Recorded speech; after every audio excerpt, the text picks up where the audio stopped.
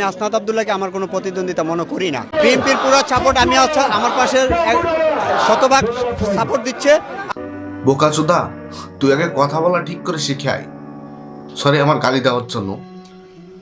হাসনাত আব্দুল্লাহ যদি ওই আসনে না থাকতো তাহলে ওই আসনে তো মিডিয়া তো দূরে থাক, একজন হলুদ সাংবাদিকও পৌঁছাইতো না তোর ইন্টারভিউ নেওয়ার জন্য। তোরা শুধুমাত্র কথা বলার সুযোগ পাচ্ছিস, দেশের মানুষের কাছে পৌঁছাচ্ছিস যার নাম নিয়ে, সে হচ্ছে হাসনাত আব্দুল্লাহ।